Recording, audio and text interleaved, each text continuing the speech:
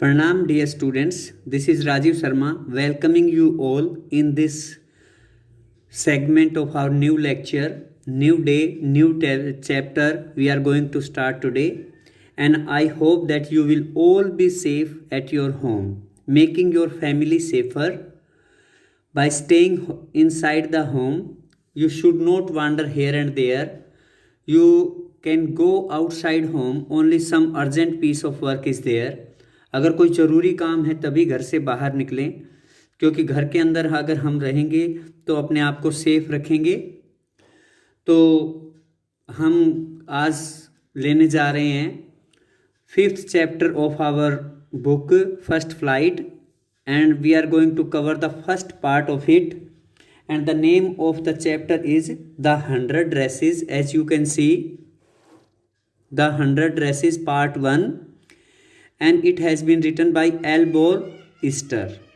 So famous American writer, particularly having Polish touch in his writings. So we are going to study The 100 Dresses. The issue that has been highlighted in this particular lesson is the conflict between the Polish American people and the local American people in the USA. Dear students, the Polish came to America in 1608 near about. In 1608 they came to America and they settled near about the suburban area of Chicago. So that particular place has the second highest Polish immigrants there, and the first one they live in particularly the capital of Poland. They live there, and particularly they are known as the Russian Poles, the German Poles, and the Austrian Poles there. In the USA,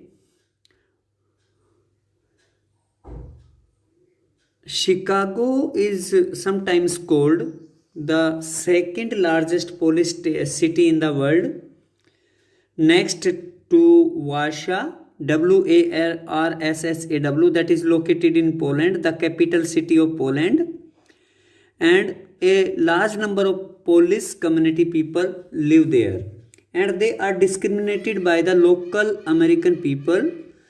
They tease them again and again. They try to discriminate them on the basis of their locality, their community, and they are not treated well in America. So this is the story of a little girl, Wanda Petrensky, and she was a Pole.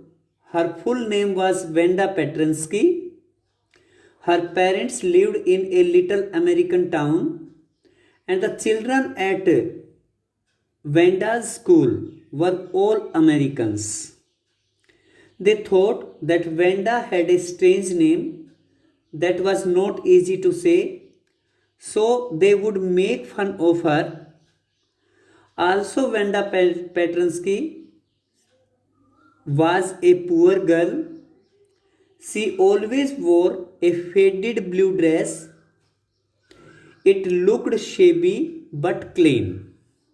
So, the following story is a description of the discrimination done with the Polish American community in the USA. So, the story starts from here. The story starts from here. Today, Monday, Wanda Petrensky was not in her seat. Today it was the Monday, and Wanda Petrensky, a Polish girl, was not in her seat today. She was absent. But nobody, not even Peggy and Madeline, the girls who started all the fun, noticed her absence. but nobody in the school, whether it may be Peggy or Madeline, they were the American girl, and they had also noticed her absence in the class today. They made fun of her. They had started making fun of her, and they even did not notice that Vanda Petrinsky was absent today. Usually, Vanda sat in the seat next to the last seat in the last row in room number 13. Vanda's seat was in room number 13, and it was in the second last row, in the last row, and that was the next seat to the last seat. Last seat से next seat थी उसकी last row में ही, room number 13 में. She sat in the corner of the room where the rough boys who did not make good marks sat, and she had to sit with the rough boys in the classroom who hardly got good marks. They were not good at studies. They killed their times. They did not get good marks. The corner of the room where there was most scuffling of feet, most roars of laughter when anything funny was said. When anything funny was discussed in the classroom, the most noise came from that corner where those children sat who were not good at studies. They used to sit there. They used to scuffle, move make sound from their feet when anything funny or a joke was said in the classroom. And moist mud and dirt in the floor. There was some fresh mud marks were there, and some dirt was on the floor in that particular corner of the room. It was not a good place to sit, but Vanda Petrinsky, because she was a poor girl, because she belonged to the Polish American community, she had to sit with those boys. Vanda did not sit there because she was rough and noisy. Vanda did not sit there because she was rough and noisy. On the contrary, she was very quiet and rarely said anything at all. Vanda had to sit there because she was very silent, as well as she hardly spoke any word in the classroom. She kept herself mute all the time, and nobody had ever heard her laugh out loud. And till now, she hardly laughed in the classroom. Nobody had heard her laugh out so loudly. Sometimes she twisted her mouth into a crooked sort of smile, but that was all. Sometimes, when anything funny was said in the classroom, she only gave a little smile on her face, and that was all she did.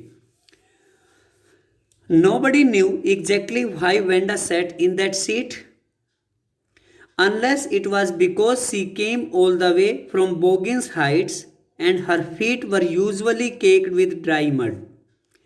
Nobody knew exactly why Vanda had to sit in that place, in the second last seat of the corner where ruffians used to sit. And she came from the Boggins Heights where her community people lived. Polish American people used to live there, and this was not a good place to live, and it was full of mud as well as some moist area it was there, and her feet were usually smeared, brought some mud in the classroom. But no one really thought much about Wanda Petrinsky. Once she sat in the corner of the room. Once, when she occupied her seat in the classroom, nobody took care of her, whether she was present or absent in the classroom. So, today we shall do till here. Tomorrow we shall continue the next part of the lesson. You have to read out this lesson thoroughly and find out the difficult word meanings. I have already introduced you this particular lesson. You have to read it out. Okay, thank you.